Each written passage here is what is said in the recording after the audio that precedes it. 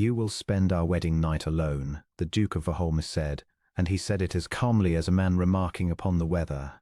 Before the ink upon their marriage lines had fully dried, Alaric watched the words land.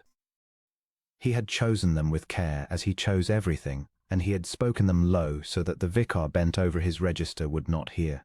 Yet he saw them strike his bride all the same. She stood beside him in the cold stone chancel of the chapel at Verholme. A woman he had married not 1/4 of an hour past, and for a moment her grey eyes lifted to his with such a naked, wounded confusion that he was obliged to look away toward the tall east window, where the January light came thin and colourless through old glass. "My lord," she said, and nothing more. She did not weep. He had half feared she would weep, and he found, to his own faint surprise, that he was glad she did not.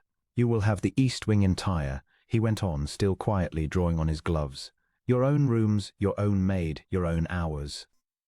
You will want for nothing that money can command, but you will not look for me at your door tonight, nor any night. That is the shape of our bargain, and I will not have you deceived in it. I would rather be thought cold than false." "I understand," Marianne Ashby said.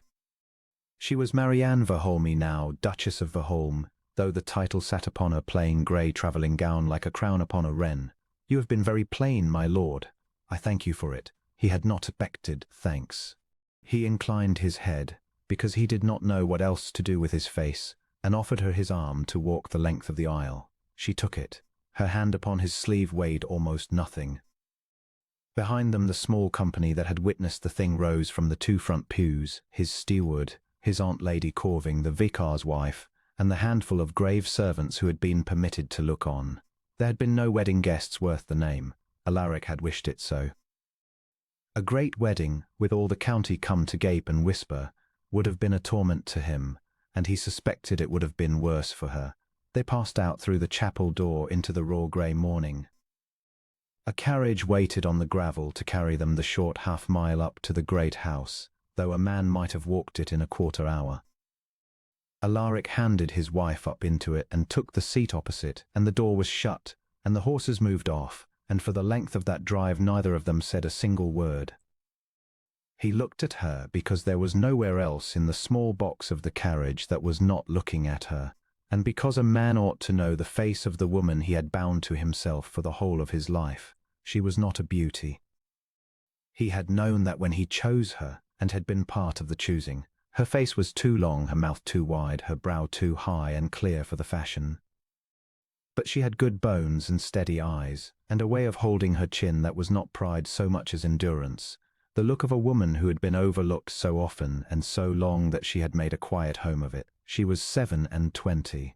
In the eyes of the world she was already a spinster, shelved and finished, the poor relation of the Ashbys of Marden who had passed from cousin's house to cousin's house since her father's ruin and death. Always useful, never wanted a governess in all but name and wages. He had married her for reasons that were entirely his own, and none of them were love, and he had told her as much in the letter that had proposed the match. He respected her too much to have lied. "You are wondering," he said at last, "why I chose you." Marianne turned from the window. "I confess the thought had crossed my mind, my lord. A man such as you might have had any woman in England. I did not want any woman in England." He heard how harsh that sounded and did not soften it. "I wanted a woman of sense, who would understand what I offered and what I did not. You have been mistress of another woman's household these 6 years. You know how to run a great house and you expect nothing from it for yourself. You are past the age of romantic folly. And you have, if my information is correct, no living soul who depends upon you and whom you would set above the duties of Verholme.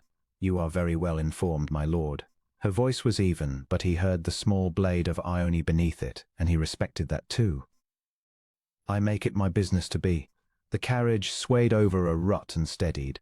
Verholme has stood 800 years. It has an entail that would strangle a lesser man, tenants and dependents past counting, and no duchess to see to the 1,000 things a duke cannot. My aunt has done it since my mother died, and she is old and tired and wishes to retire to Bath before she is carried there. I need a duchess. I do not need a wife in any other particular. I thought it only honest to tell you so on the day rather than let you learn it in the dark." She was quiet a moment, then, "And here, my lord." Verholme will want an heir. He had known the question must come, and still it went through him like a blade turned in an old wound. He kept his face still by long practice. Verholme has an heir already, he said. My cousin Julian's boy. The line does not fail with me. You need not trouble yourself on that account, madam, now or ever. He watched her take that in, watched her understand, or begin to understand, that the marriage he offered was to be no marriage at all in the way the word was commonly meant, that he was asking her to be the Duchess of Verholme and never his wife. He waited for the flinch, the calculation, the swift-veiled disappointment of a woman who had thought at least to trade her freedom for a husband and a nursery. It did not come. She only looked at him with those steady grey eyes, and what he read in them was not disappointment. It was something nearer to compassion, and that he could not bear at all. Then we understand each other, she said gently. We do. The carriage came round the last curve of the drive and Verholme rose up before them, and Alaric watched his new wife see it for the first time. He had seen its effect on visitors all his life and had grown weary of the effect, but hers he watched with a curious attention. The great house stood upon its low hill in a vast bare park, grey and immense, 400 windows catching the flat winter light, a forest of chimneys smoking against the iron sky, the whole of it wrapped in a silence that was less peace than weight. It was one of the greatest houses in England and one of the loneliest, and he had spent the better part of his 36 years learning to feel nothing when he came home to it. Marianne looked at it a long moment. She did not exclaim. She did not gush. When she spoke, her voice was low. It is very grand, my lord, she said, and very cold. He turned his head sharply, but there was no impertinence in her face, only a kind of clear-seeing, and he found he had no answer to give her, because she had named in 5 words the thing about his own house that he had never once said aloud. The carriage stopped. The great doors of Verholme stood open, and along the sweep of the steps the household had assembled to receive their new mistress, 2 long ranks of them in their dark livery and white caps, 60 souls and more, silent in the cold. Alaric got down and turned to hand his duchess out, and as her hand met his he felt it tremble, just once, and then go still by an act of all he could feel through his glove. She set her plain grey slipper upon the gravel of Verholme and lifted her chin, and walked up between the ranks of her new servants with a straight back and a steady step, and though not one of them yet loved her, Alaric saw more than one of them look twice, as men look at a thing they had not expected to find. He walked beside her and named them as they passed. Mrs. Farrow the housekeeper, grim as a gravestone, Deacon the butler, 40 years in the house, the steward Mr. Prentice, the grooms, the maids, the boys. Marianne gave each a grave small nod and a word where a word was wanted, and Alaric, who had feared she might be cowed, saw that she was not. Overlooked all her life, she knew how to look, and there was not a face in that long double rank she did not truly see. At the top of the steps the great hall opened black and vaulted before them, stone-flagged, hung with the arms and the antlers and the dark portraits of 800 years of Verholme. A fire the size of a cottage doorway burned in the enormous hearth and did nothing to warm the space. Marianne stopped just inside the threshold and looked up at the rank dead faces looking down, and Alaric stopped beside her, and for a moment the whole household held its breath behind them. They do not look happy, your ancestors, she said quietly, so only he could hear. No, Alaric said. They were not, for the most part. Then we shall be an improvement, said the new Duchess of Verholme, and something in the dry courage of it, on this bitter morning of a marriage that was no marriage, in this house that had not been warm in living memory, went through Alaric like a small unexpected sun, and was gone again before he could name it, leaving only the old cold in its place, and the old vow, and the old shut door he had built about his heart, behind which he meant to keep her, and himself safe. Mrs. Farrow will show you your rooms, he said, and bowed, and left her standing in the great cold hall of his ancestors alone. Alaric had thought a great deal in the weeks before the wedding about how the thing must be arranged, and he had arranged it as a general arranges a difficult campaign, foreseeing every contingency but one. He had not foreseen that he would think of her. He had supposed that once the vows were said, and the plainest spoken, and the woman installed in the east wing, she would become to him what the housekeeper was, or the steward, a fixed and useful feature of the estate, present, valuable and unregarded.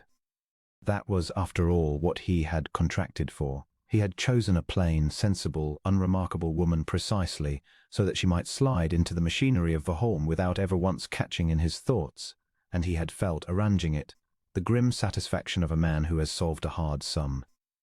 He had not reckoned that a woman might be plain to the eye and yet impossible to unregard, that a wide mouth and a high clear brow and a pair of steady grey eyes might lodge in the mind more stubbornly than any beauty, that the memory of a dry voice, saying, "Then we shall be an improvement," would return to him unbidden a dozen times in a single silent evening, and each time trouble the flat, cold pond of his peace. That first night he did not go to the gallery, though he told himself he would.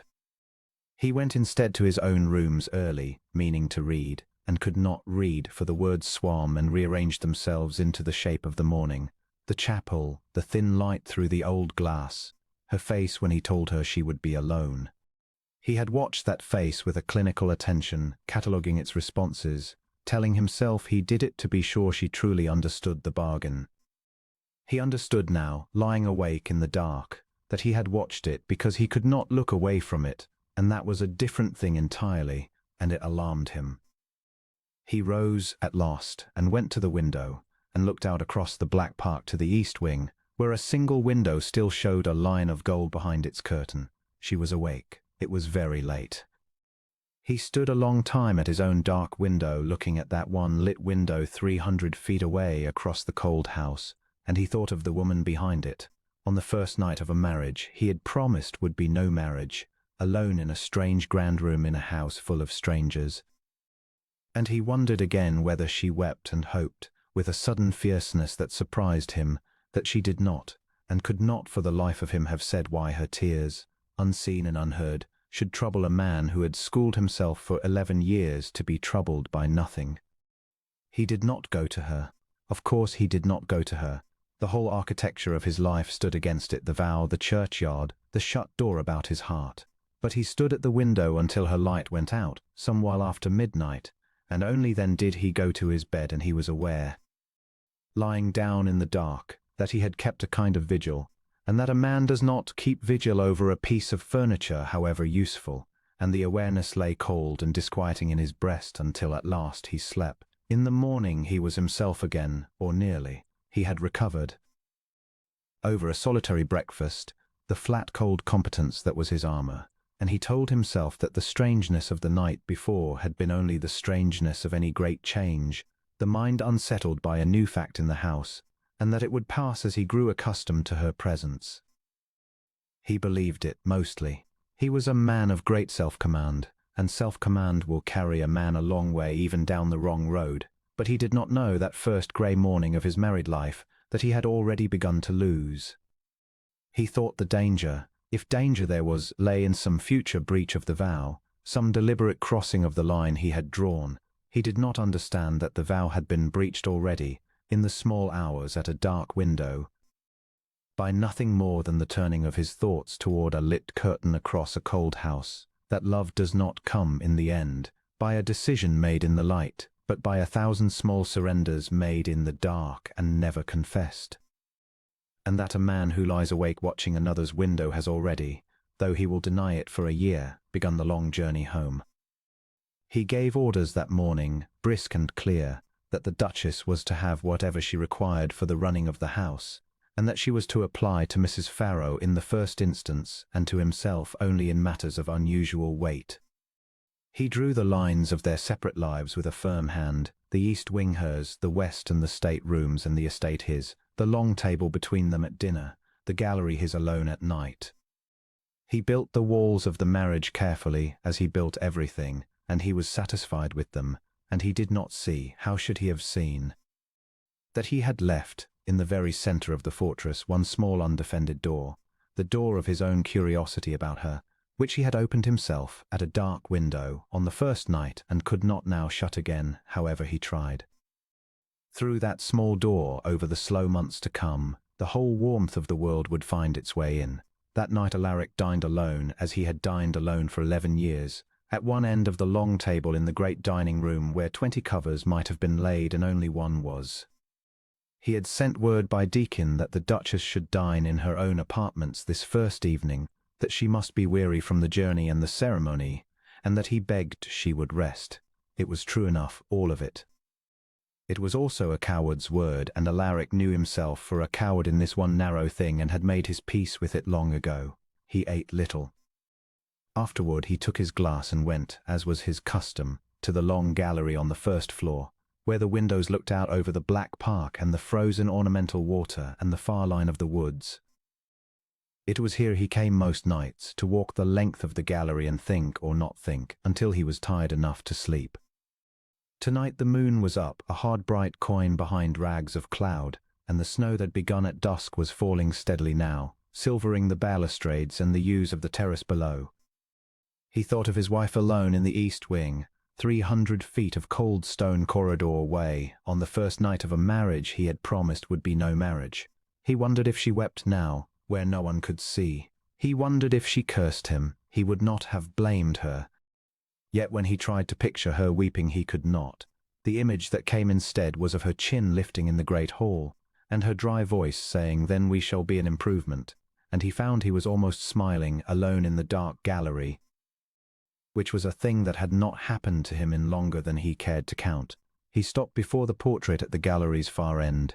He always stopped there, though he told himself each time that he would not. It hung a little apart from the great ancestral canvases. A smaller picture in a plainer frame, and it showed a young woman with fair hair and laughing dark eyes and a green ribbon at her throat, a woman caught mid-turn as though someone beyond the frame had called her name, and she had spun to answer with her whole glad face. Eleanor.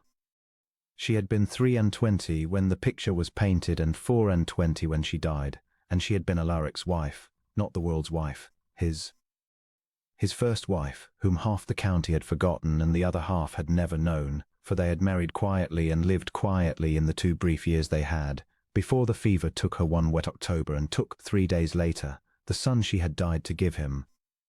Alaric had held that son for the length of one afternoon.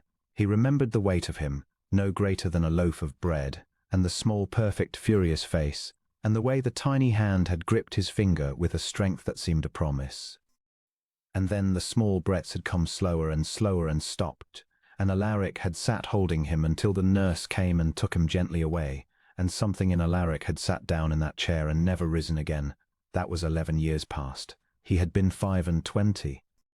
He had loved his Eleanor with the whole reckless heart of a young man who had not yet learned what the world exacts for such loving, and when she died and his son died 3 days after her, Alaric had made a vow, standing at the double grave in the churchyard with the rain running cold inside his collar.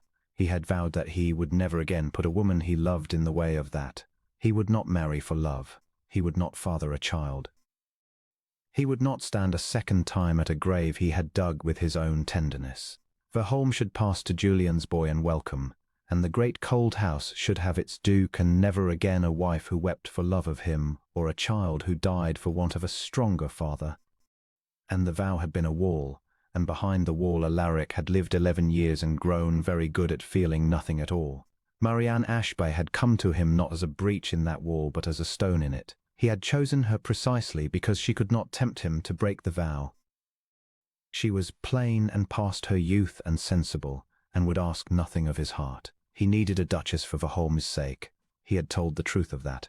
He would give her every honor and comfort and never her husband, and she would run his house and he would be safe, and the vow would hold. It had seemed, when he arranged it, a thing entirely of the reason, clean and cold and correct. He had not reckoned on the way she said, "Then we shall be an improvement." He had not reckoned on her at all, in truth, save as a solution to a difficulty. He looked up at Eleanor's laughing face in the moonlight and felt, for the first time in a very long while, something that was not grief and not numbness but a strange, unwelcome disquiet, as of a still surface stirred. "I kept faith with you," he told the picture, low. He had spoken to it before. It had never answered, and it did not now. "I have not forgotten. I never shall." But the snow fell, and the great house was very silent, and somewhere in the east wing a lamp was still burning behind a curtained window, and Alaric turned from the portrait and went to his own cold bed and lay a long time awake, listening to the wind. The days that followed set the pattern he had intended for their lives. They breakfasted separately. At noon, if the weather served, Alaric rode out about the estate with Prentice the steward, for there was always some matter of drainage or timber, or a tenant's grievance that wanted the Duke's own eye. The Duchess kept to the house, and he was given to understand, to her new office. He learned this not from her, for they seldom met save at dinner, but from Mrs. Farrow, whose grim face had by the end of that first week acquired a look Alaric had never seen upon it, a kind of grudging, thawing wonder. "Her Grace has been through the whole of linen, my lord," Mrs. Farrow reported, standing very straight in his study, "and the still room, and the accounts of the still room. She has found where the second housemaid's wages have been going these 2 years, which is more than I did, God forgive me. And she has asked after every soul in the house, my lord, down to the boot boy, and knows now which of them has a mother sick and which a father dead, and which a sweetheart in the village. I have not seen the like." "Have you not?" said Alaric, and turned a page of the paper before him, and did not let his face show anything at all. At dinner she sat at the foot of the long table, 23 feet of polished mahogany between them, and they spoke, when they spoke, of the estate. It was safe ground, and she was clever upon it, and Alaric found, with a wariness he examined and could not quite dismiss, that he began to look forward to that hour of the day. She had a way of asking the exact question that laid open a matter he had thought too tangled to explain. She had views on the school in the village, which had no master since old Weeks died, and views on the widow Carthy's leaking roof, and views, delivered with a perfectly straight face, on the shocking condition of the third best dinner service, which she proposed to replace, and Alaric found he had agreed to before he had quite decided to. "You manage me, madam," he said one evening, and was surprised to hear something in his own voice that was nearly amusement. Marianne looked up the long table at him, candlelight between them. "I manage your house, my lord," she said. "You I would not presume to touch." And she returned to soup, and Alaric sat with his own soup cooling before him and did not eat it, because he had heard, quite plainly, the thing she had not said. And it had gone through him like the January light through the chapel glass, thin and cold and true. He did not go to her that night, nor any night. He kept the bargain. But he found himself, more and more, walking the long gallery not to think of Eleanor, but to keep from thinking of the woman at the foot of his table, and that was a new thing, and it frightened him, in the particular way that a man is frightened who has spent 11 years being safe. The first weeks of that marriage were, for Alaric, a study in a woman he could not account for.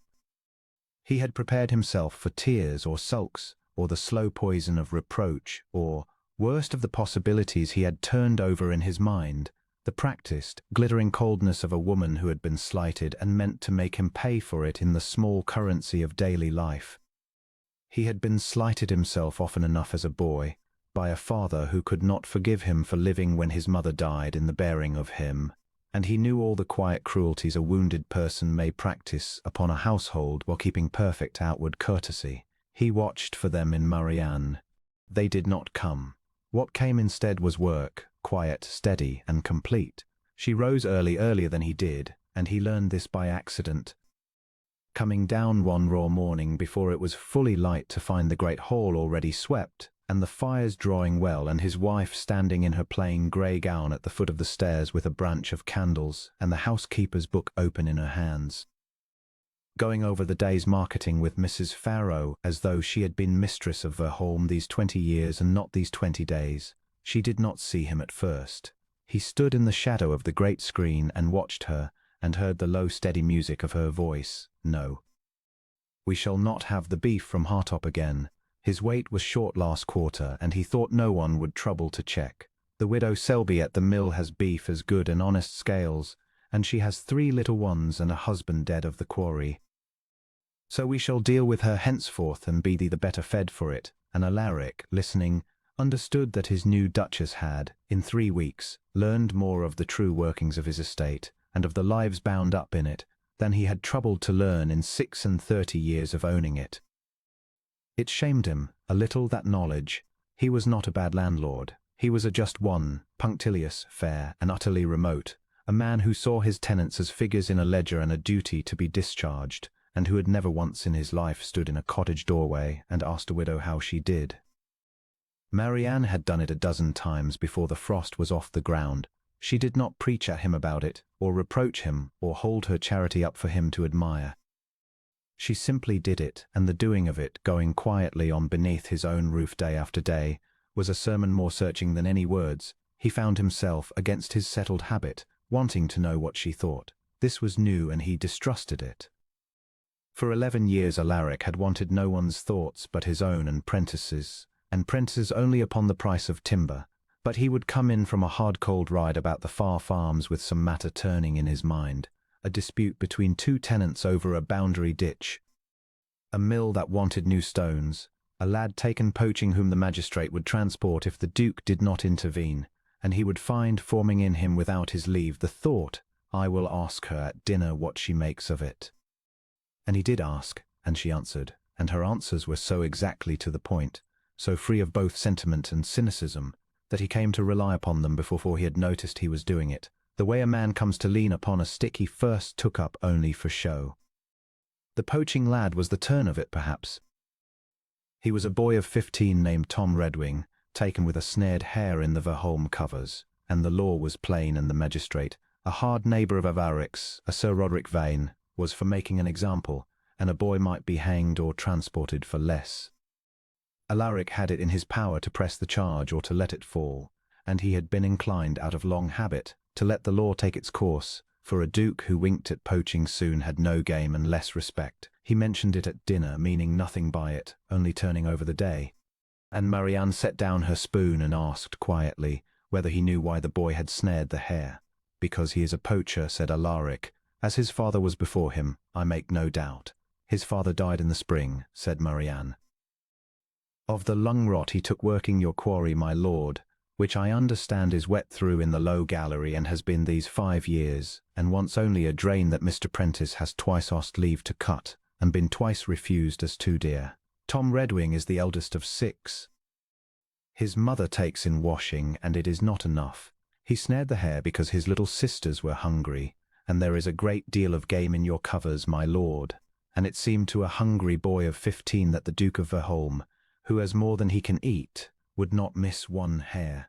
And I confess when I heard it I was hard put to say he reasoned wrongly. The dining room was very quiet, a log settled in the great hearth. "You would have me let every hungry boy in the county help himself to my game," said Alaric. "No, my lord," said Marianne, with that maddening evenness.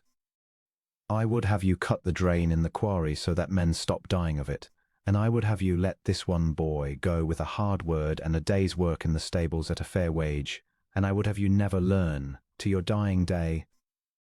How many hungry boys never snared a hare at all because their duke had seen to it their fathers lived? That is what I would have. But it is your game, and your covers, and your name upon the charge, and I have said more than a wife of 3 weeks has any right to say, and you must forgive me.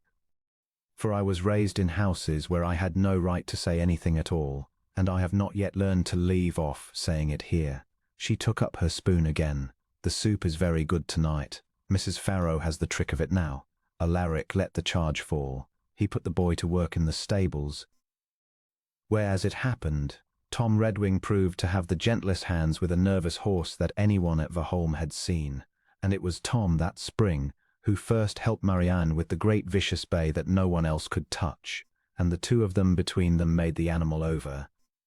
And Alaric watched it happen and said nothing, but he cut the drain in the quarry, and he did not tell his wife he had done it, and she did not tell him she knew, and it was the first secret kindness of their marriage, and neither of them ever spoke of it, which is how the best kindnesses are kept.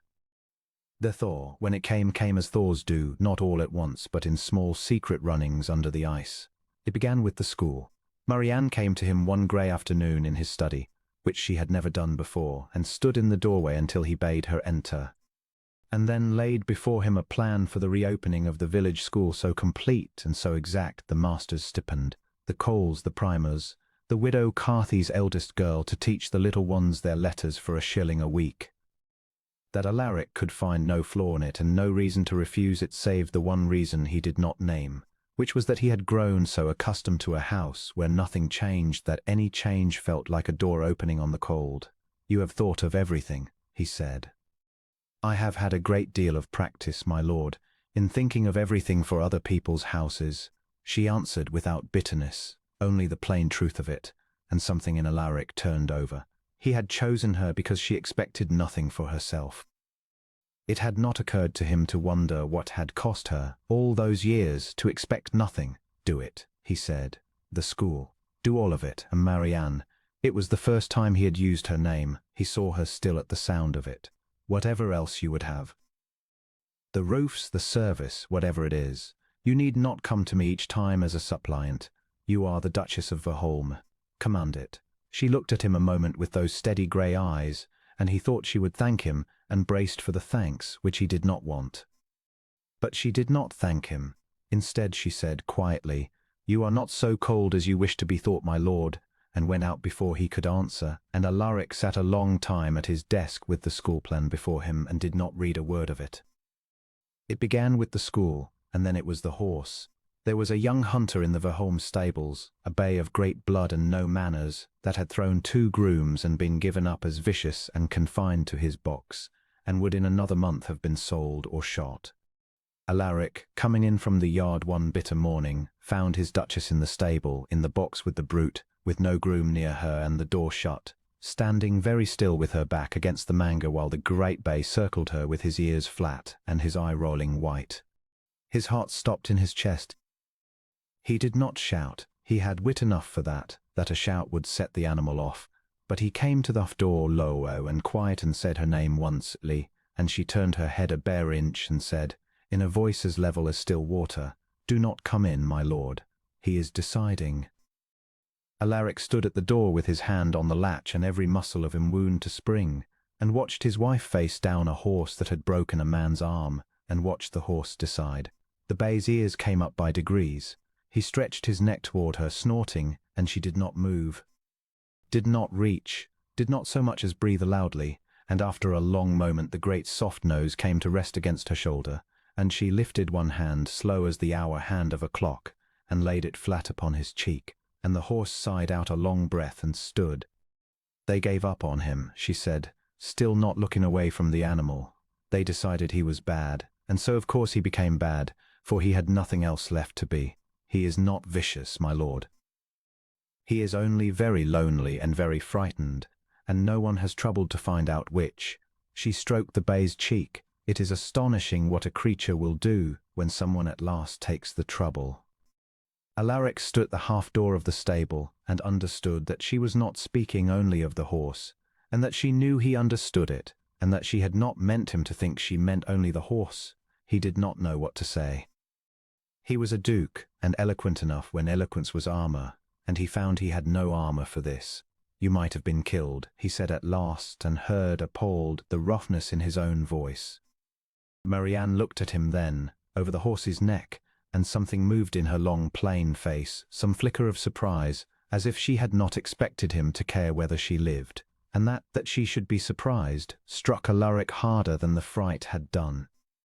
He had told her she would spend her wedding night alone. He had told her he needed a duchess and not a wife. He had built her a life of every comfort and no warmth, and she had accepted it with a dry courage that he had taken, God forgive him, for indifference. When all the while she had been a creature exactly like the horse, given up on, decided against, and making a home of it because there was nothing else left to be. "You care then," she said. It was not a question quite. It was near to wonder. "You are the Duchess of Verholme," he said, retreating into the safe cold form of it. "Your safety is my concern."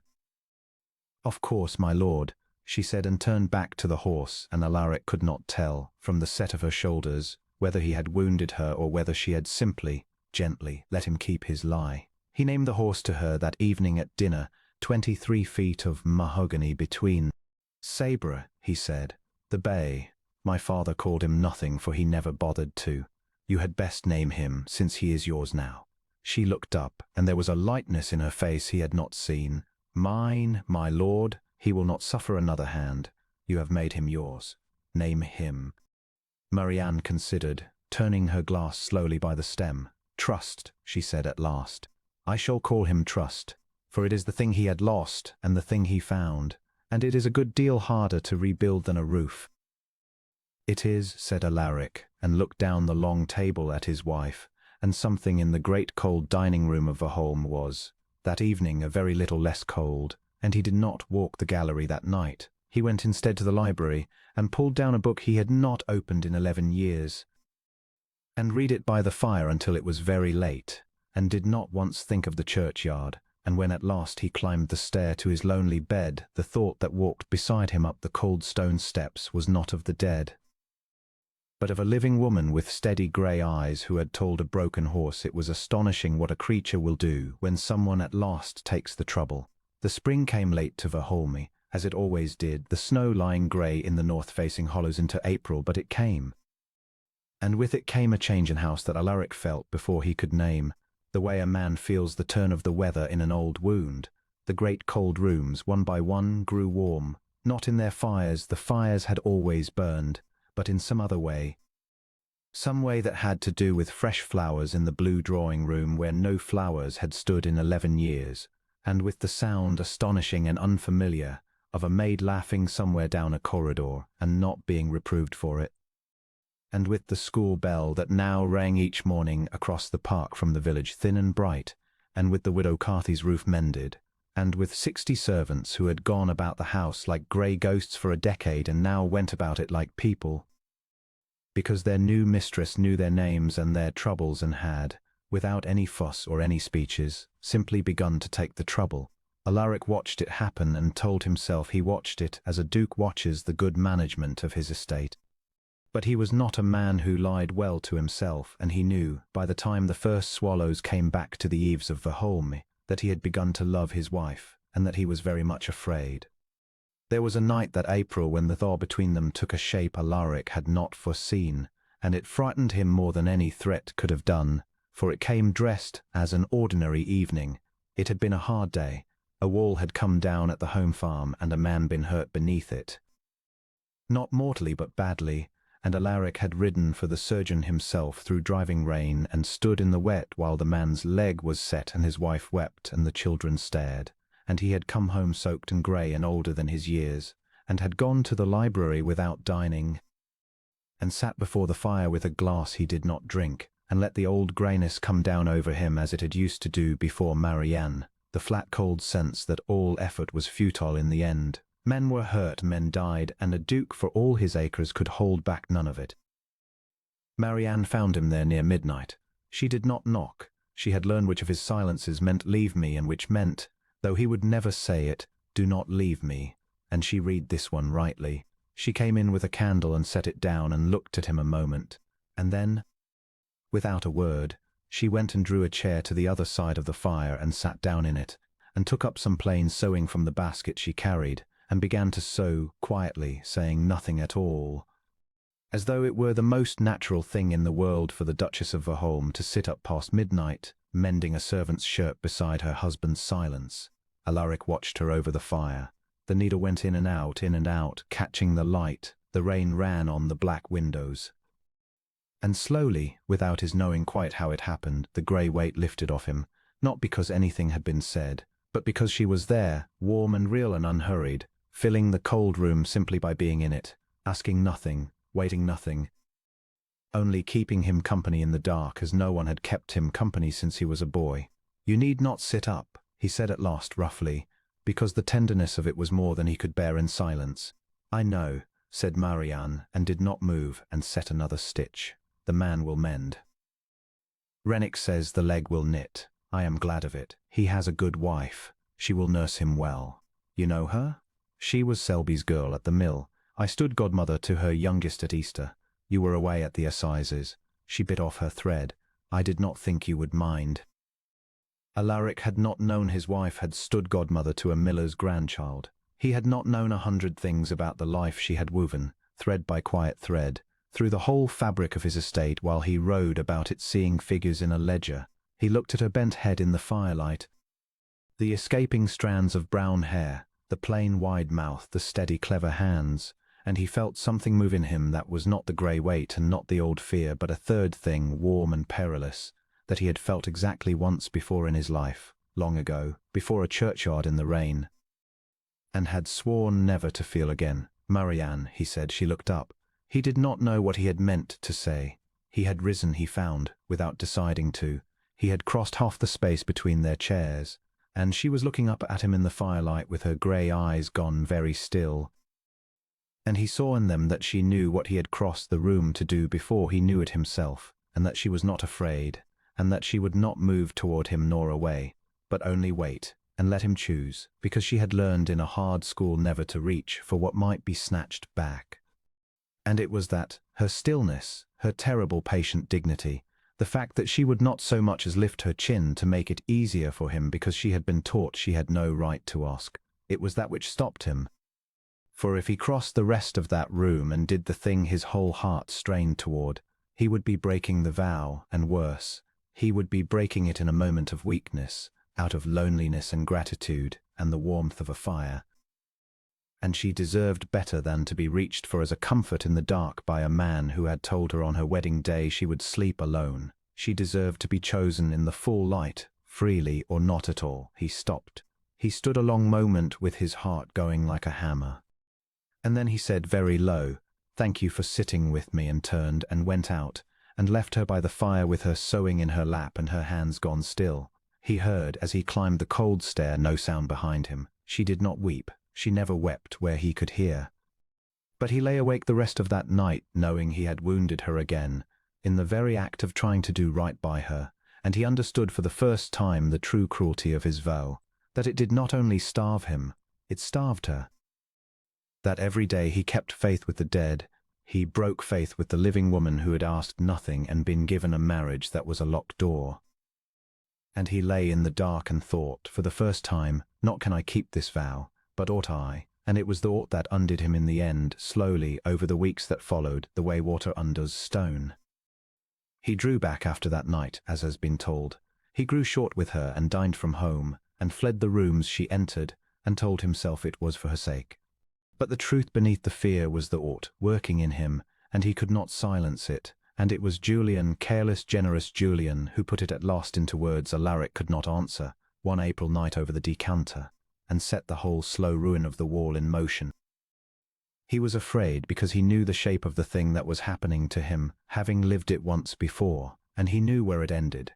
It ended in a churchyard with the rain running cold inside a man's collar. He had made a vow against it, standing at that grave. And the vow had kept him whole for 11 years, and now a plain woman with a wide mouth and steady eyes was undoing it a thread at a time without, he believed even meaning to, and Alaric did not know how to stop her, or whether he wished to. And the not knowing was a torment he had thought himself long past. So he did what a frightened man does.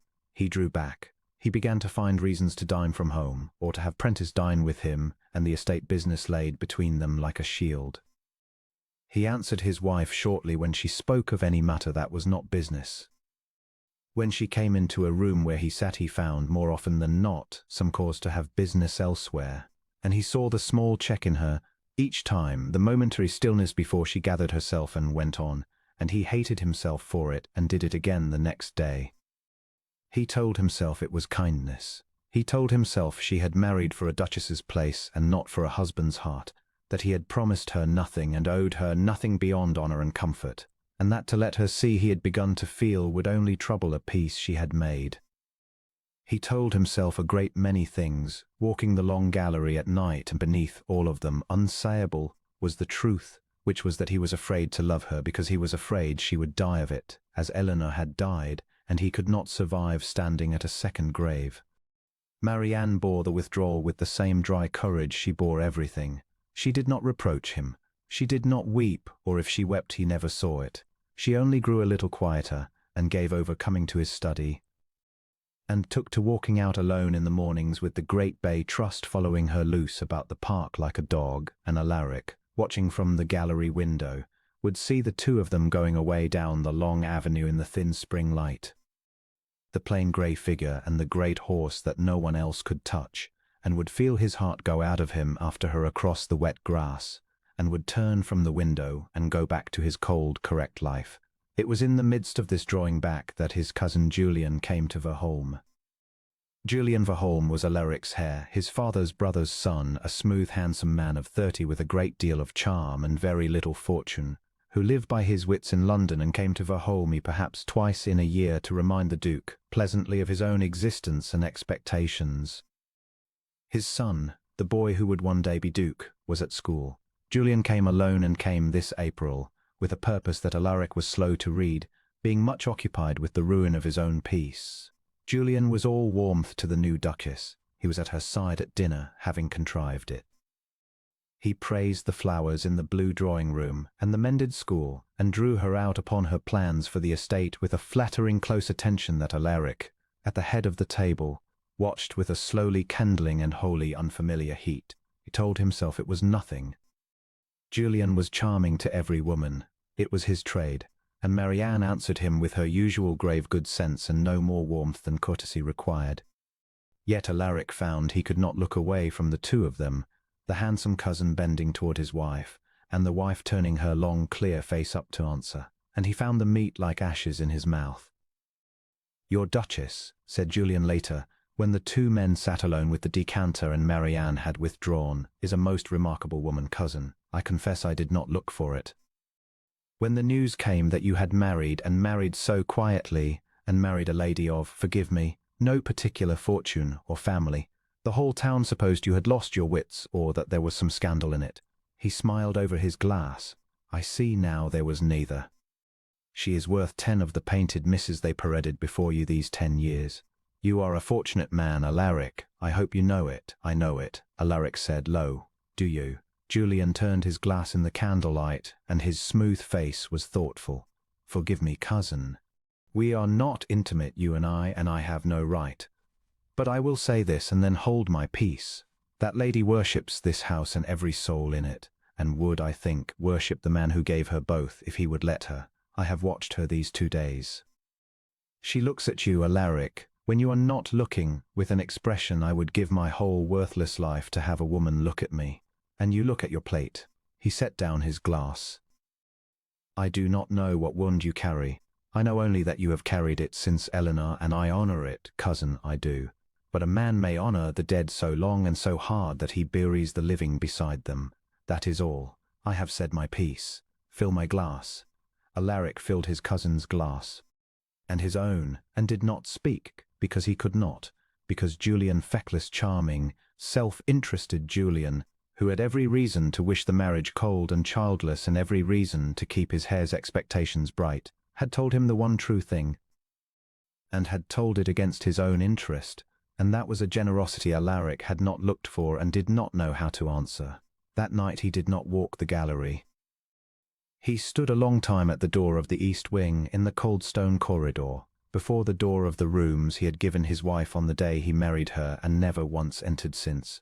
He could see the line of lamplight beneath it. She was awake.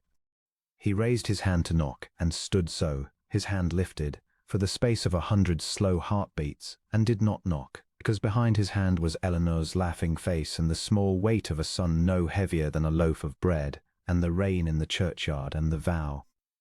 He lowered his hand. He went back down the cold corridor to his own cold room, and he did not sleep at all. In the morning Julian was gone before Alaric came down, having left, in his charming careless way, no more than a note of thanks.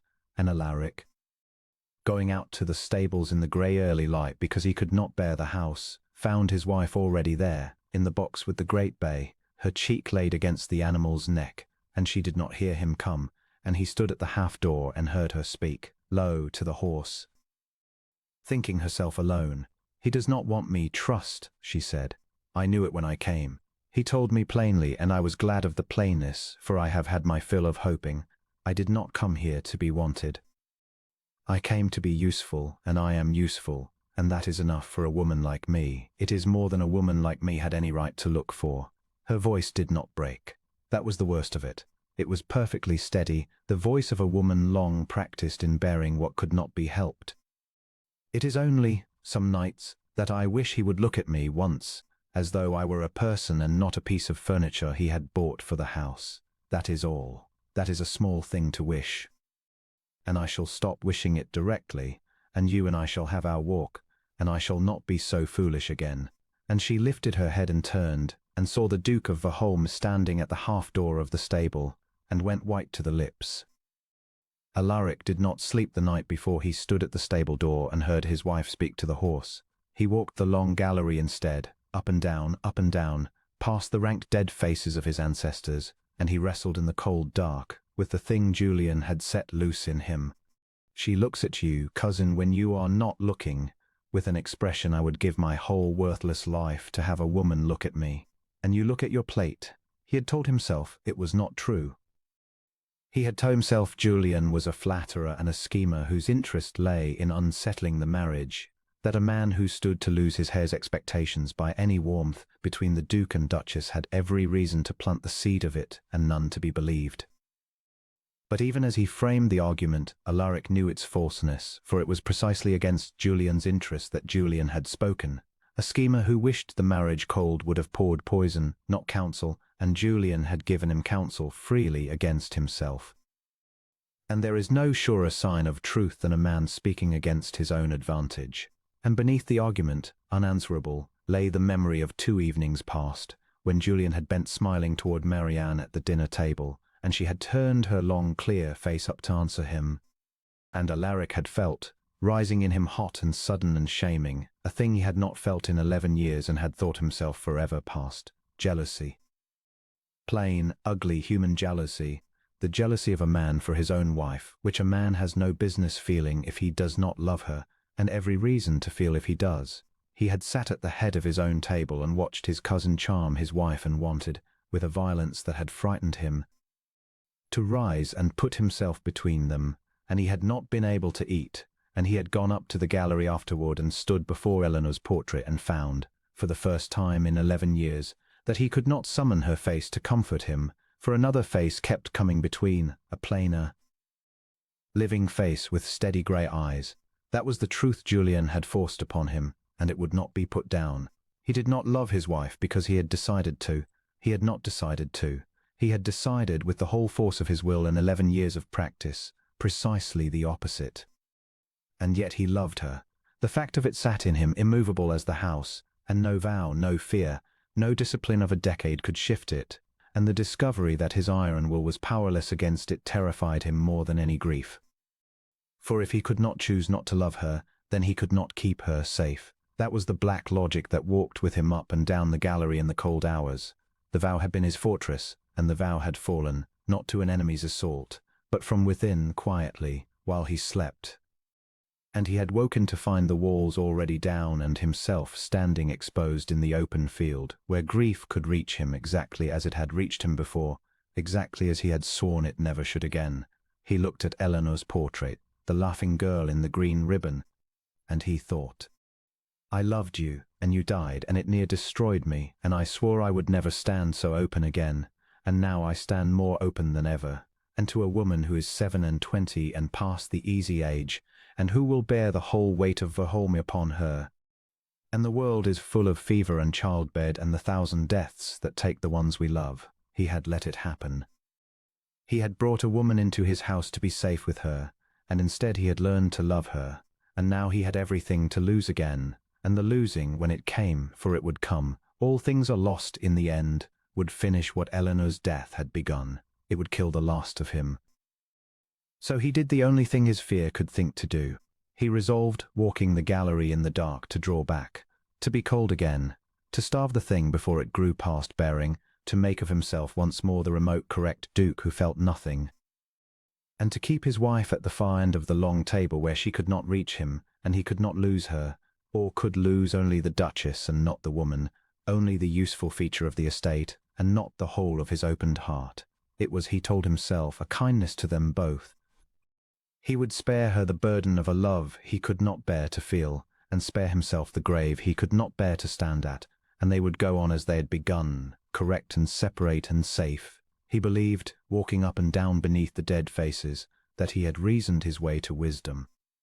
He had reasoned his way only to the oldest cowardice in the world, dressed, as it always dresses, in the sober coat of prudence, and he did not know it yet, and would not know it until a plain woman speaking to a horse, thinking herself alone, showed him the true cost of his prudence, which was not paid by him at all, but by her quietly, every day, in a currency of small hopes given up one by one.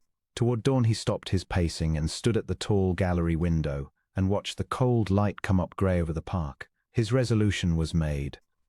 He would go down and be the Duke and set the distance between them, and hold to it whatever it cost, for both their sakes. He went down at last, red-eyed and grim and iron-willed, out to the stables in the raw early light, because he could not yet bear the house and the risk of meeting her over the breakfast things with his new resolution still soft in him. And there, in the grey stable, in the box with the great vicious bay that no one else could touch, he found his wife with her cheek laid against the animal's neck, and she did not hear him come, and he stood at the half-door, his whole cold fortress freshly built, and heard her say, low to the horse, thinking herself alone, that she had not come to Verholme to be wanted, and that it was enough to be useful, and that she wished only some nights, that he would look at her once as though she were a person, and not a piece of furniture he had bought for the house, and the whole cold fortress he had the night in building fell down in a single instant, and was never built again. For a long moment neither of them moved. The great bay, sensing the change in the air, shifted and blew. "My lord," Marianne said at last, and her voice had lost its steadiness now, and Alaric found that of all the things he had heard her say, this small unsteady "my lord" undid him most. "I did not, you were not meant to hear that. It was foolishness. Pay it no mind, I beg you." "Come out of the box," he said. He did not trust his own voice for more. She came out and shut the half-door, and stood before him in the grey stable light with her chin up and her eyes bright, and her hands folded hard before her to keep them from shaking, and Alaric looked at her, truly looked, as she had accused him a year past of never doing, and saw the whole of it, saw the woman who had been passed from house to house, useful and unwanted all her life, saw the courage it had taken to walk up the steps of Verholme, between the ranks of strangers with her chin lifted, saw what it had cost her, every day of this year, to be told she would spend her wedding night alone, and to make no complaint, to be drawn near and then drawn back from, to love of a man who had built a wall against her and called it kindness. Saw that she had asked for nothing all her life, because she had been taught that a woman like her had no right to ask, and that even now, wounded to the heart, she was trying to spare him the trouble of her wound. "I have been a coward," he said. She blinked. It was not what she had looked for. "Not in the way you think," he went on. The words came hard, for he had kept silence 11 years, and the silence had grown into the very stone of him. "You think I do not want you, Marianne. You are wrong. I have wanted, I have." He stopped. He was a duke, master of 800 years and 40,000 acres, and he stood in his own stable, and could not command a single plain sentence. He drew a breath. "Come with me. There is something you must see that I should have shown you a year ago, and did not, because I am a coward, as I have said. Come." He led her into the house, up the great stair, along the first-floor corridor to the long gallery, and she came without a word, and he brought her to the far end, where the smaller portrait hung a little apart in its plainer frame, the young woman with fair hair and laughing dark eyes, and a green ribbon at her throat, caught forever mid-turn. Marianne looked up at it. She was very quiet. She had lived a year at Verholme and walked this gallery 100 times and never asked whose face this was, and Alaric understood now, with a fresh stab, that she had not asked because she had schooled herself to want nothing, to pry into nothing, to be no trouble. "Her name was Eleanor," Alaric said. "She was my wife." He saw the small movement in Marianne's throat, but she said nothing, only waited, with the terrible patient dignity that was the whole of her. "We married 11 years ago, quietly, for we were young and had no wish for the world's noise. I loved her." He had to stop and go on. "I loved her past all sense, the way one loves at 25, believing the world cannot nothing so bright. She was carrying our child. In the October of our second year the fever came into the county. It took her in 4 days. And 3 days after her it took our son, whom I had held one afternoon living in these 2 hands." He looked down at his hands as though they were a stranger's. "I buried them together. I stood at the grave in the rain, and I made a vow, Marianne. I vowed I would never again love a woman, nor father a child, and so never again stand where I stood that day. Verholme should go to Julian's boy. I should have my great cold house, and never again a wife to weep for, nor a son to bury. And I kept that vow for 11 years. It was the only thing that kept me whole." Marianne's eyes had filled. She did not let the tears fall. And you married me, she said very low, because I could not tempt you to break it, because I was plain and past my youth and would ask nothing of your heart. Yes, Alaric said. There was no kindness in a lie now, and he would not offer her one. God forgive me, that is why I chose you. I told myself I needed a duchess and could take one who would never touch me. I thought myself safe. He looked at her, and his own eyes were not dry, and he did not care. I was not safe. I have not been safe since the morning you told my ancestors we should be an improvement. You have undone in 1 year what I built in 11, Marianne, and you did it without trying, only by being what you are, and I drew back from you not because I do not want you, but because I want you so much that I am afraid. I am afraid to love you and lose you, and stand a third time at a grave. That is the whole ugly truth of it. I have wounded you to keep myself from a wound. There is no cowardice meaner than that, and I have committed it every day for a year, and I am ashamed. The gallery was very still. Somewhere below in the house a door closed, small and far. The laughing painted girl looked down at them both. Marianne was silent a long moment. When she spoke, it was not what he had braced for. She did not weep or reproach or fall into his arms. She turned from the portrait and looked at him with those steady grey eyes, gone gentle now, and she said, "Thank you for telling me.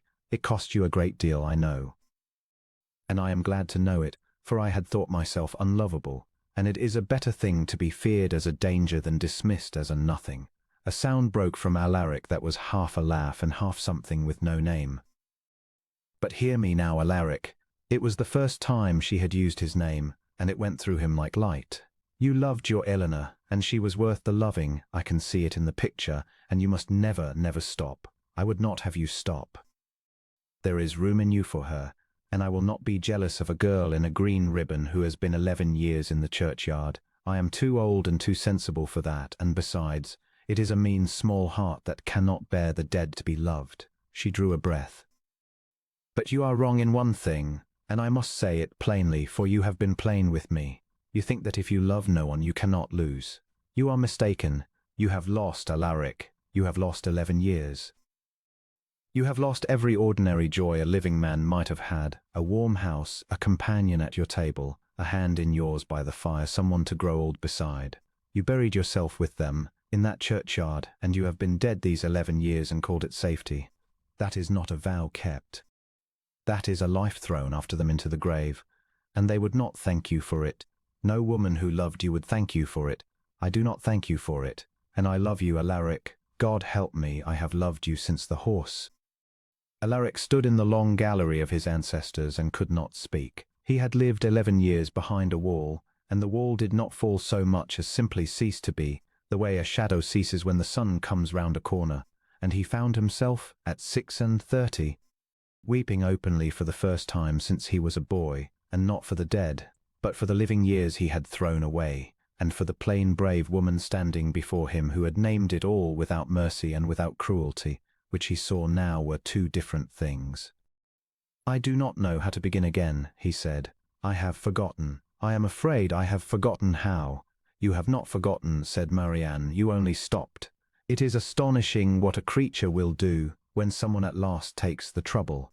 And she smiled at him, wet-eyed, using his own horse's wisdom against him, and Alaric crossed the space between them and took her plain, cold, work-worn hands in both of his, and lifted them, and pressed his brow against them, and stood so a very long time, in the light of the tall gallery windows, while below them the great house of Verholme went about its warming, and Eleanor's painted face looked down not in reproach, but also it seemed to him, in something very like a blessing. The county did not surrender its opinion of the marriage easily, and it fell to Alaric that late spring to learn how much his wife had borne without a word, and how little he had troubled to shield her from it. It came to a head at Lady Wenmore's, at the great assembly she gave each May at Cold Harbour, the first entertainment of any size that the Duke and Duchess of Verholme had attended together. Alaric had not gone into society in 11 years. He went now because Marianne wished it, or rather because he had begun to understand that a duchess ought not to be hidden, that to keep her at home was itself a kind of slight. One more locked door, and he was done with locking doors upon her. So he had her gowned. She protested the expense, and he overruled her, the one time he had ever overruled her, and took a fierce private pleasure in it, and he brought her into the great blazing rooms at Cold Harbor on his arm, and he watched the county turn to look. He had forgotten what it was to be looked at so. He had forgotten the whisper that ran along the edges of a room, the fans lifted, the heads inclined. He heard it now and understood with a slow rising heat that it was not for him, it was for her. The plain poor relation the great Duke had married for God knew what mad reason. The nobody with no fortune and no family and a face, they said behind their fans, that a plainer man would have thought twice at. He heard a woman say it, a handsome, glittering woman, a Mrs. Fairley, who had herself set her cap at Alaric years ago and never forgiven him for not seeing it, say it low to a knot of laughing ladies just as Marianne passed within hearing. One wonders what he can have been thinking. She is not even pretty. I suppose when a man has despaired of ever being loved for himself, he takes what will be grateful. Alaric felt Marianne's hand tighten, just once upon his sleeve, and then go steady. She had heard, of course she had heard. It had been meant to be heard. And she walked on with her chin lifted and her colour high and her eyes bright, and said nothing at all, and Alaric understood in that moment that she had walked through 1,000 such rooms in her life, useful and unwanted, and been the object of 1,000 such whispers, and had learned to carry them as she carried everything, in silence, alone, because there had never been anyone to carry them for her. There was now. He did not make a scene. A duke who makes a scene only feeds the fire. He did something worse for his enemies and better for his wife. He made it impossible, for the whole of that long evening, for a single soul at Cold Harbor to doubt where his heart lay. He did not leave her side. He brought her to the highest in the room and named her my wife, the Duchess, with a quiet weight upon the words that stopped the whispers in the throat. When there was dancing he led her out himself, though he had not danced in 11 years and was stiff at it. And he did not care that he was stiff, for he saw the astonishment run round the room that the cold Duke of Verholme should dance, and dance with his plain wife, and look at her while he did it as though there were no other woman in England. And when Mrs. Fairley, all glitter and malice, contrived at last to be presented to the Duchess and said, sweet as poison, that she had so longed to meet the lady who had at last thawed the ice of Verholme, and however had she managed it, Alaric answered before Marianne could, in a voice pitched to carry. She managed it, madam, he said, by being the only person of my acquaintance who ever troubled to look past what I own to what I was. It is a rare gift. I do not wonder you find it unfamiliar. The silence that followed was very complete. Mrs. Fairley's smile froze upon her face, and Marianne, at his side, drew a small breath, and Alaric felt her hand upon his sleeve change, not tighten now, but rest, easy and warm, as a hand rests upon a thing it trusts, and he thought he would remember that small change of pressure to the end of his life. The moment his wife first leaned her weight upon him and found him solid, they drove home through the soft May dark in the closed carriage, and for a long while neither spoke. Then Marianne said, out of the darkness in a voice not quite steady, "You need not have done that. I am used to it. It does not wound me as it once did." "It wounds me," said Alaric. "That is enough. You have never minded before what the county said of you. I have never before had anything they could take from me. Now I have." He looked at her across the dark carriage, only the pale blur of her face and the gleam of her eyes. "Let them whisper what they like of me. They have whispered these 11 years, and I am the harder for it. But they will not whisper of you in my hearing, Marianne, not while I live, for you are the Duchess of Verholme, and more than that, you are—" He stopped. The word was there. He had not said it. He had shown it in the gallery, in the taking of her hand by the fire, in the naming of her tonight before the county, but he had not said the word, and he found now in the dark safe box of the carriage that he could not go another hour without saying it. "You are my wife," he said low. "In every way that a man means the word. I have been a fool and a coward, and I have wasted a year of it, and I will spend the rest of my life making the year good, but I will not spend another day letting you believe you are less to me than the whole of my heart, for you are not.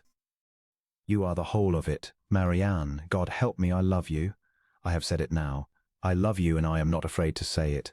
I am afraid of a great many things, but not of that, not any longer." He heard her breath catch in the dark, and then he felt her move across the swaying carriage, and her hand find his face, and she laid her brow against his, as she had done in the gallery, and they sat so, foreheads touching, hands clasped, in the soft dark, with the horses trotting steady on the road home to Verholme, and no more words were needed, for they had each of them at last.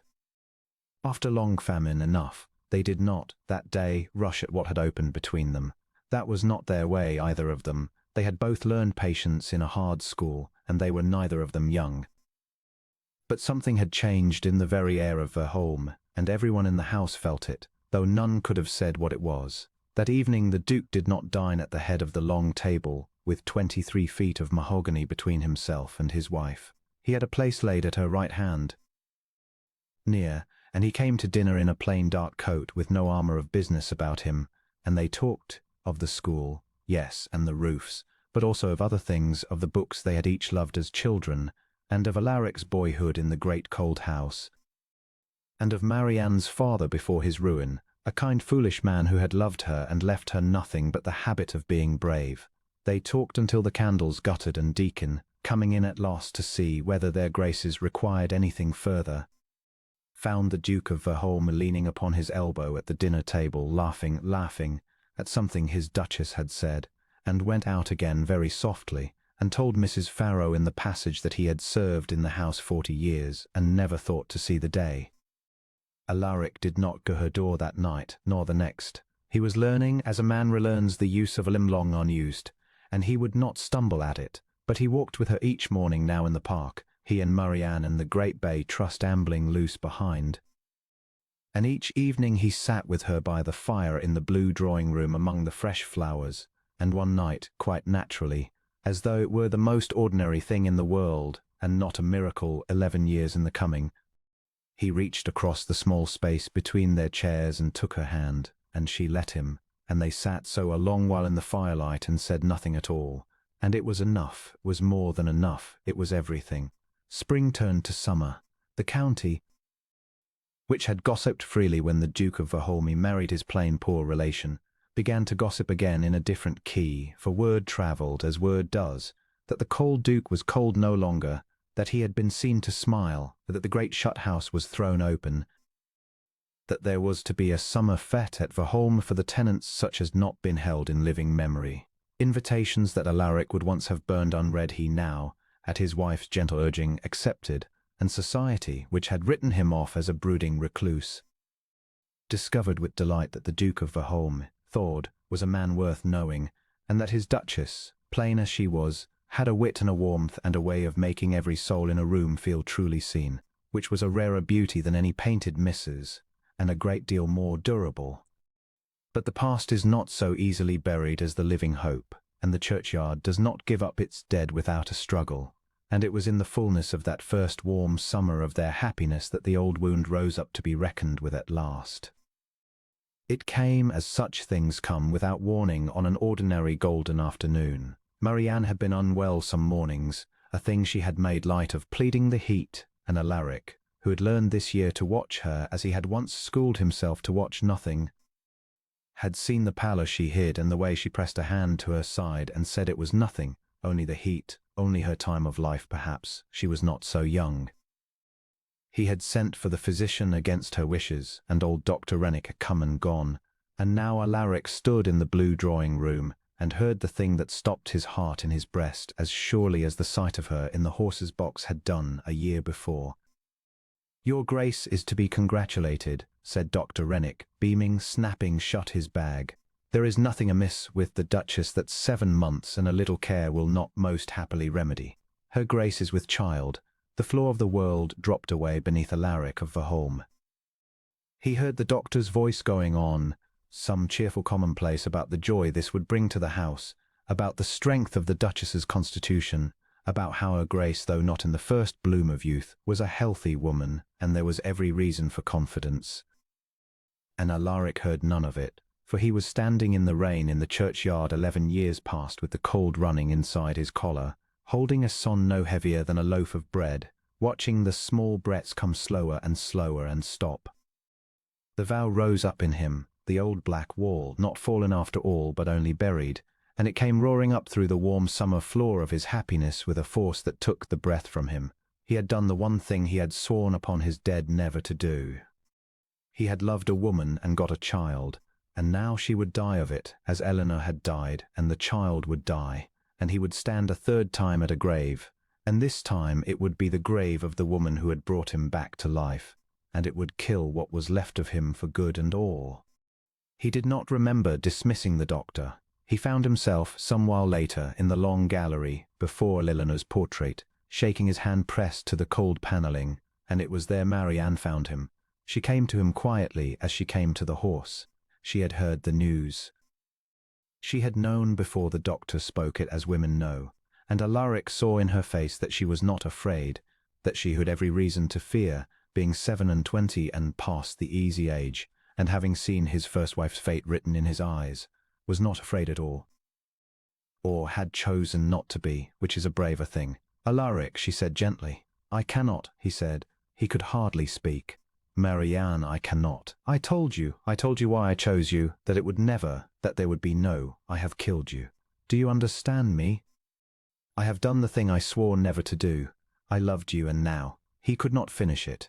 He turned his face to the wall. Look at me, she said. He would not. Alaric, look at me. And there was such quiet command in it. The same still command she had used upon a horse that had broken a man's arm, that he turned and looked, and she took his ravaged face between her two plain hands and held it, and made him see her, alive and warm and steady before him in the summer light. I am not Eleanor, she said.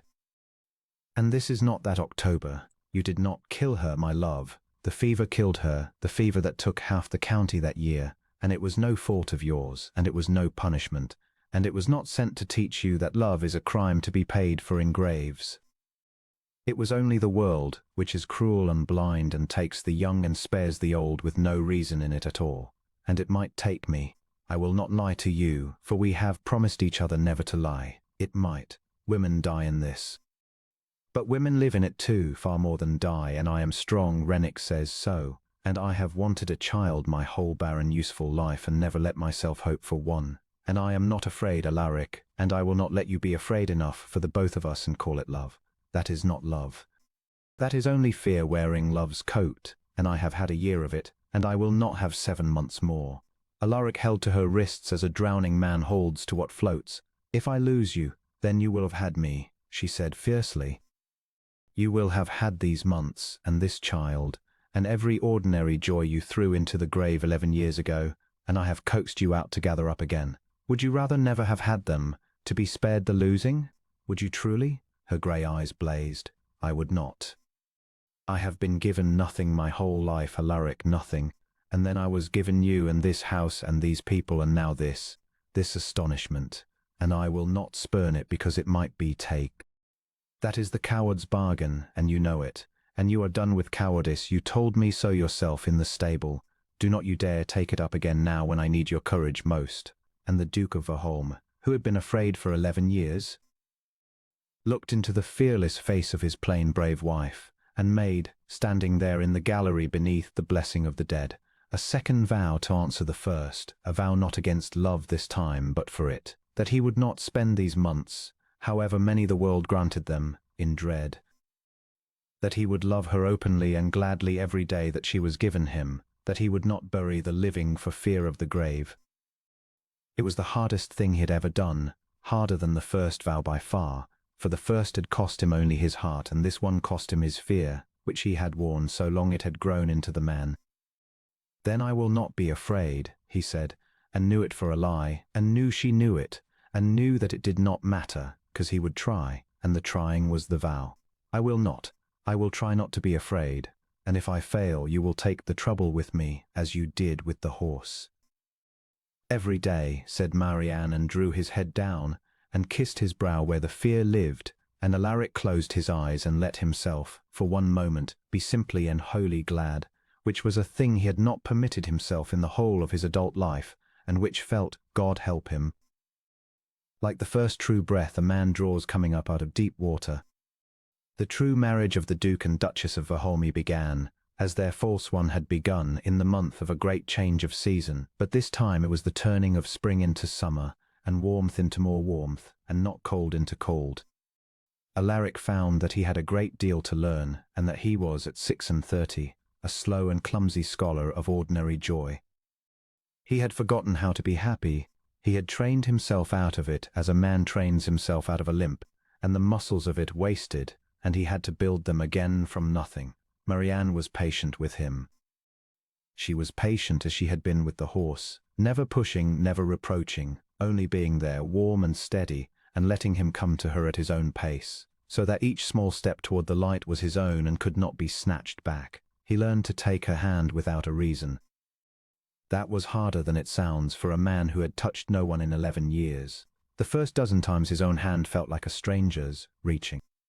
But she never failed to close her fingers round his, easy and glad, and by midsummer it had become the most natural thing in the world, so that he would find his hand had gone to hers across the space between their chairs before he had thought to send it. He learned to talk, not of the estate. They had always talked of that, but of himself, the buried self, the boy who had grown up motherless and unwanted in the great cold house, blamed by his father for a death he had caused only by being born, the young man who had found in Eleanor the first warmth of his life, and lost it in a single black October, the man who had walled himself up alive for 11 years and called the tomb a fortress. He told Marianne things he had never told a living soul, sitting up late in the blue drawing room with the summer dusk coming slow through the tall windows. And she listened as she did everything, wholly, and asked the one question that opened the next door, and never once told him he was foolish to have felt what he had felt, and never once let him believe he was unlovable, which was the lie his whole life had taught him. And he learned at last to hear her, for she had a buried self too, he found, and it had never once been asked after. No one had ever wanted to know what Marianne Ashby felt in all her useful unwanted years. She had been the one who asked, who tended, who saw to others, and been herself as unseen as a window pane. Alaric set himself to see her. He learned that she had wanted as a girl to keep bees, and that her father's ruin had ended that with everything else. And he had 30 hives set up that summer at the foot of the walled garden, and said nothing, and let her find them, and the look on her face when she found them was worth more to him than the whole of Cold Harbour's admiration.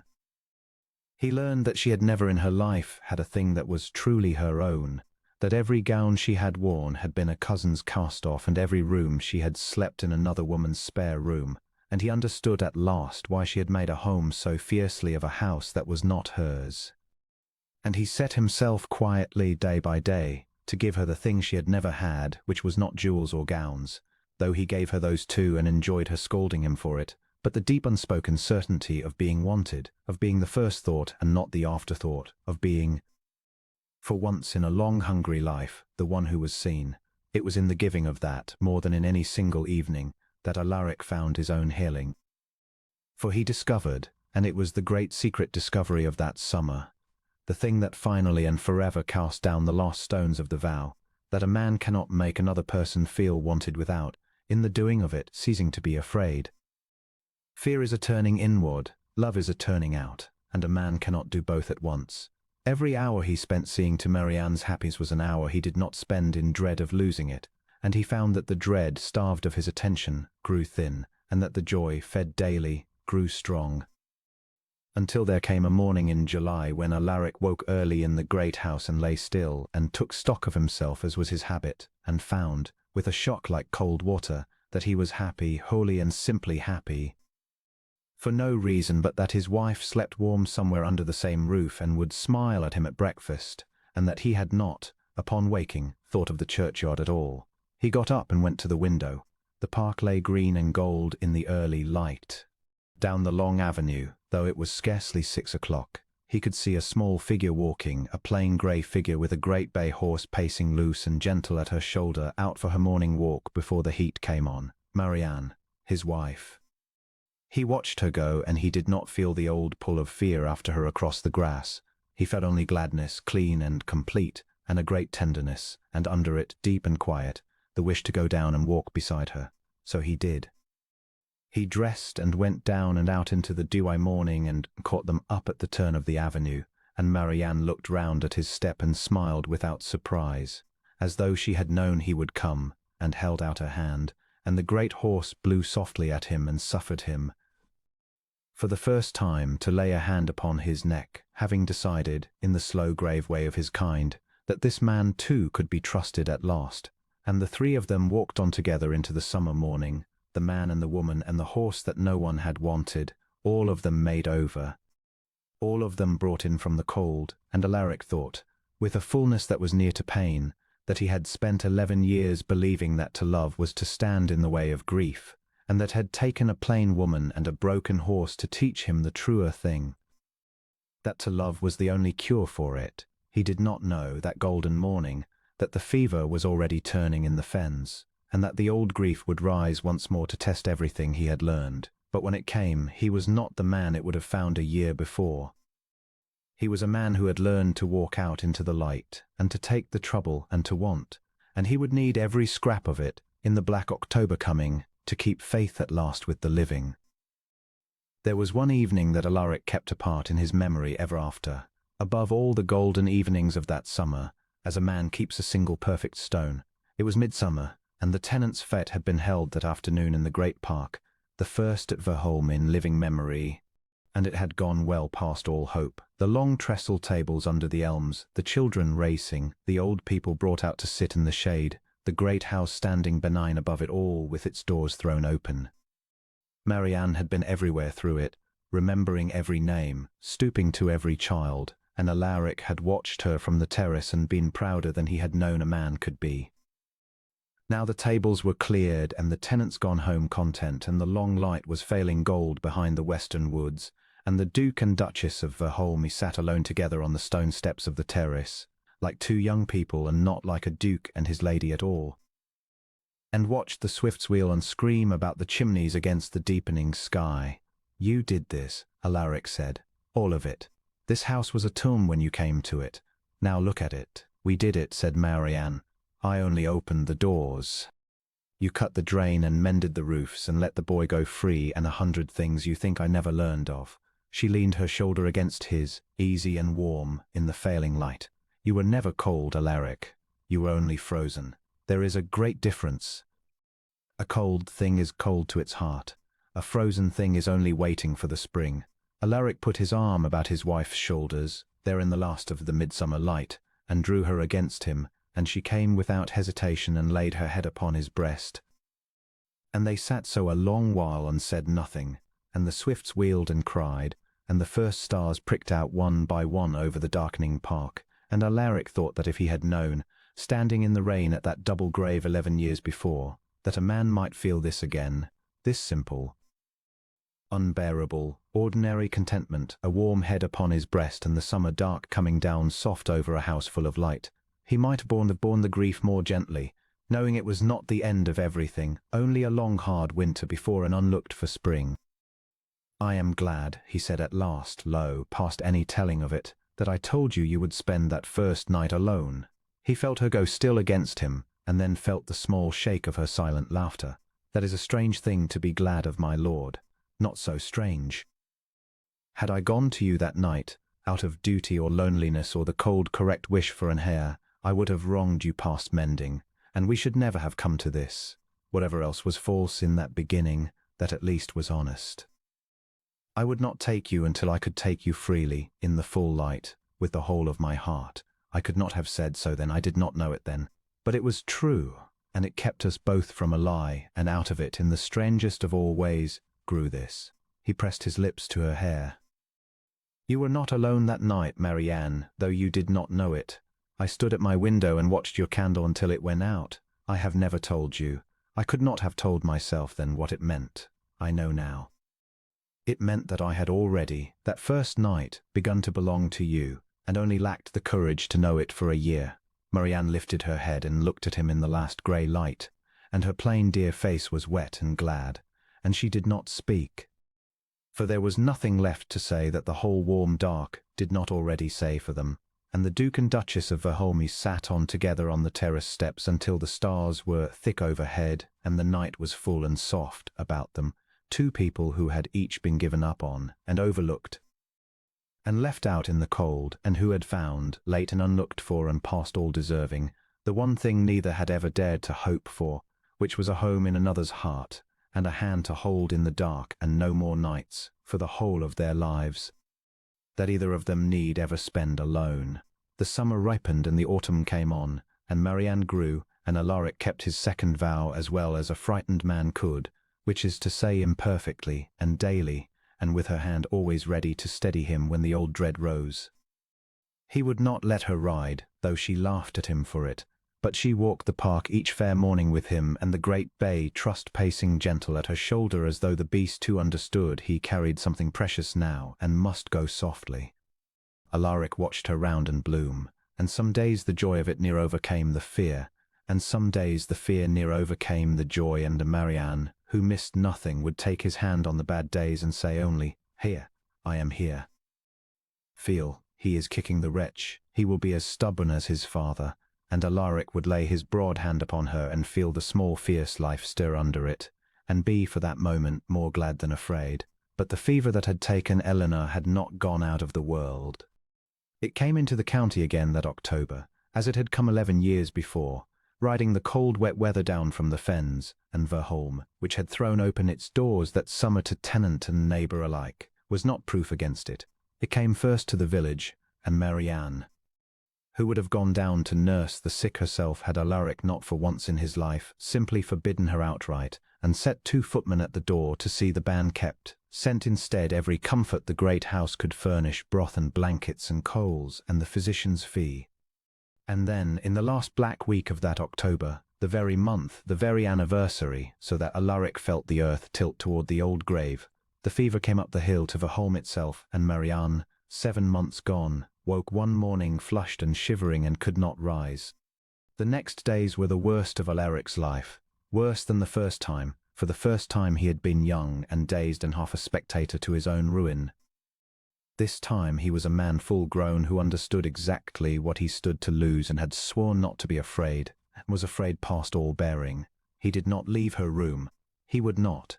He sat by the great bed while the fever climbed and Marianne burned and rambled. And old Rennick came and went with his face growing longer, and the whole warmed house went still and grey again as it had been in the cold years. 60 souls holding their breath, for they loved her now, every one, and could not bear to lose the mistress who had learned all their names. On the 3rd night the fever reached its height, and Rennick took Alaric aside in the passage, out of the sick woman's hearing, and told him gently, physician to duke, man to man, that he must prepare himself, that the fever was very high, that the Duchess was strong, but the child taxed her strength, and that the next hours would decide it, and that Alaric should send, perhaps, for the vicar. And Alaric heard the churchyard bell in his own skull, and felt the rain, and the old vow rose up howling. You knew, it said. You knew. You swore you would never stand here again, and yet you let her in. You let yourself love. And now you will pay as you always knew you would pay, in a grave, in the rain, alone. He went back into the room. He sent everyone from it, even Rennick, even her maid, for a little while. And he sat down on the edge of the great bed, and took his wife's burning hand in both of his, and he did not pray, for he had not prayed since the last churchyard, and did not know how to begin. But he did the only thing left to a man who has run out of everything else. He talked to her low, the way she had taught him to talk to frightened things. You told me it is astonishing what a creature will do, he said, when someone at last takes the trouble. I am taking the trouble, Marianne. Do you hear me? I am here, and I am not going anywhere, and you are not going anywhere either, for I have only just learned how to be alive, and I will not do it without you. I will not, I forbid it, and you always said I was too used to being obeyed. His voice broke, and he mended it. You told me I threw 11 years into a grave, and that no woman who loved me would thank me for it. Well, I'm not throwing this in, do you understand? Whatever it costs, I am keeping faith with the living this time. You have to help me. You have to stay and take the trouble with me as you promised. Every day, you said. You gave me your word. He pressed her hot hand to his brow, to the place where the fear lived, where she had kissed him in the summer. Stay, Marianne, please. I am asking. I have never in my life asked for anything. I did not think I had the right, and you taught me even that. You taught me I had the right to want. So I am wanting now with the whole of me, more than I wanted to be safe, more than I wanted the vow, more than I've ever wanted anything under God's sky. Stay, he did not know how long he sat so. The candle burned down and he did not renew it. Outside the tall windows the October rain came on, the same rain running down the black glass, and Alaric held his wife's hand in the dark and did not let go. and somewhere far in the night the fever broke. He felt it before he understood it, the burning hand in his cooled. The rambling murmur that had gone on and on beneath her breath for 3 days fell quiet, and for one terrible instant he thought that quiet was the last quiet, and his heart stopped, and then he heard it, low and cracked and dry and unmistakable, the voice he had feared silenced forever. "You are sitting in the dark, my lord," Marianne whispered. "That is very like you. Have you sat here the whole time? You will make yourself ill. A breath, and you have let the candle go out." Alaric of Verholme put his face down against his wife's living hand and wept as he had not wept even in the gallery, wept the whole of 11 years out of himself at last, while she stroked his bowed head with her weak, recovered fingers and said, over and over, gentling him as she had gentled the horse, there now, I am here. I told you I would take the trouble. There now, my love, I am here. She mended slowly, for she had been very ill, and the fever passed out of the house and out of the county with the coming of the frost, and Verholme, which had held its breath, breathed again. 2 months later, in the deep, still cold of a January that was the very anniversary of a cold wedding a year and more before, on a morning of hard, bright snow, the Duchess of Verholme was safely delivered of a living, squalling, red-faced, furious daughter, and both mother and child came through it strong. Alaric was permitted into the room when it was over.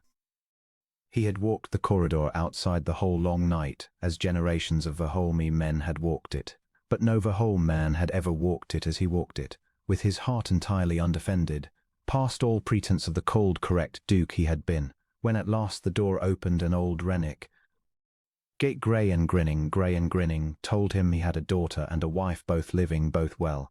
Alaric went into the room on legs that would scarcely hold him, and he saw his wife, pale and spent and radiant, propped among the pillows of the great bed.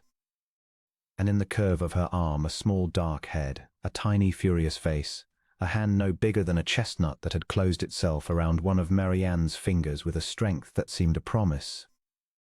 He had held a child in this house before, one afternoon, 11 years and more ago, and watched the small breath slow and stop. He stood now in the doorway and could not move, drowning again in the old dread, and Marianne, who missed nothing, lifted her eyes to his across the room, and did not say a word, only smiled and shifted her arm a little, and held the small warm weight of their daughter out toward him in an invitation as old as the world. And the Duke of Verholme crossed the room and sat on the edge of the great bed, and took his living daughter into his 2 hands, and this time the small breaths did not slow. This time the small chest rose and fell, warm and outraged and utterly alive, and the tiny hand gripped his finger, and Alaric bowed his head over his child and his wife and let the last of the cold go. They named her Eleanor. It was Marianne who proposed it on the 2nd morning, when Alaric came to sit by the bed and hold his small daughter, and marvel that she went on breathing. He had thought no name at all, being still too dazed with the wonder of the 2 of them living to think of anything past the next hour, and when his wife said, quietly, watching his face, "I should like to call her Eleanor, if you are willing," he could not at first speak. "You cannot mean it," he said when he could. "I mean it with my whole heart," said Marianne. "You loved a good woman once, and she died too young, and she never held a living child, though she died trying to give you one. It would be a mean and jealous thing to shut her out of this house forever, as though her love had been a rival to be conquered instead of the first proof that you could love at all. She taught you the thing that made you able at last to love me.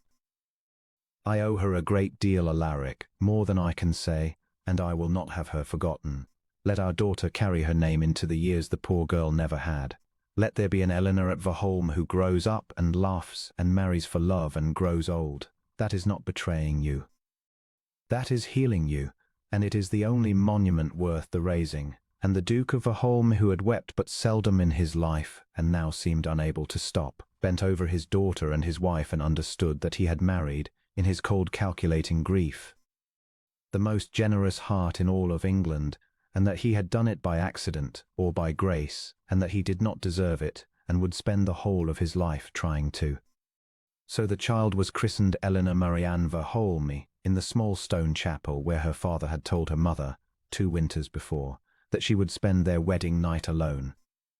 Half the county came to the christening, the same county that had whispered behind its fans, and they came now not to sneer but to see, for the tale had gone round of the thawed Duke and his plain warm Duchess, and there is nothing the world loves so well as a cold thing made warm.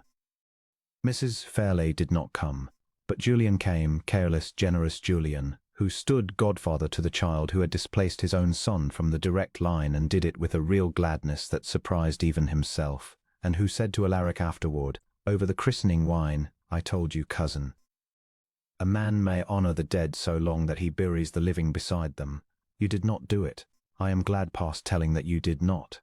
And Alaric gripped his cousin's hand and could not answer, and Julian, who had never in his feckless life done a wholly unselfish thing before that April night by the decanter, went away from Verholme a little changed himself, as men are changed who stand near a great warmth. The years came on as years do. The Duke and Duchess of Verholme grew, if not old, then older together, and the great cold house grew warm to its farthest stone. There came a brother for Eleanor, and then a sister, and each time Alaric walked the corridor in dread, and each time the dread was smaller. For he had learned that grief is the price of love and had decided, once and for all, that it was a price worth paying, and that a man who will not pay it has not saved himself anything, but only starved himself of everything. The children grew up in a house full of light and running feet, and astonishingly of laughter, for the master of Verholme, who had not laughed in a decade when his Duchess came to him, laughed now every day, and the sound of it in those old grim rooms was a thing the oldest servants spoke of with wonder to the youngest. The school flourished, and the village prospered, and the quarry drain was cut, and no more men died of the wet, and the great bay trust carried the Lady Eleanor safe upon his back before she could well walk, gentle as a lamb with the child of the woman who had gentled him. And on the long summer evenings the Duke and Duchess of Verholme would walk out together in the park, as they had walked from the first, hand in hand now unhurried, with a straggle of children and dogs and the old bay horse ambling behind, and Alaric would look at his wife's plain dear face, plainer now and dearer for the years, and marvel at the strangeness of his fortune. For he had married her to keep himself safe, and she had made him unsafe, gloriously and utterly unsafe, open to every joy and every grief the living world could deal, and it was the best bargain he had ever made, better than he had known when he made it, better than he deserved. He had told her, on their wedding day, that she would spend that night alone, and she had, and it had been, though neither of them could have guessed it then, the last night either of them would ever be truly alone again. Sometimes, on those evenings, they would pass the small door of the chapel where they had married, and Marianne would look at it, and then at him with the ghost of her old dry courage in her eyes, and once she said, "Do you remember, my lord, what you told me in there?" "I remember every word of it," said Alaric, "to my shame." "Not to your shame," she said, and stopped, and took both his hands. They're on the path in the gold evening light, with the house rising warm behind them and the children calling far off across the grass. "You told me the truth as you knew it. You could not have known then what we would become. Neither could I. I married a cold man to have a place in the world, and I got a warm one, and a home, and a family, and a level I've once let myself hope for in all my hungry life. And you married a plain woman to keep your heart shut, and you got it broken open instead, and you are the gladder for it, are you not?" "I am the gladder for it," said Alaric of Verholme, "than for anything under heaven," and he raised his wife's plain, worn, beloved hands to his lips. There in the last of the light, before the house that was no longer cold, and behind them the 400 windows of Verholme caught the low gold sun and burned like a house afire, warm at last, warm to the very stone. And the sound of children's laughter came across the park like the ringing of a bell, and the Duke and Duchess of Verholme turned and walked home together into the evening, and were not alone, and never would be again.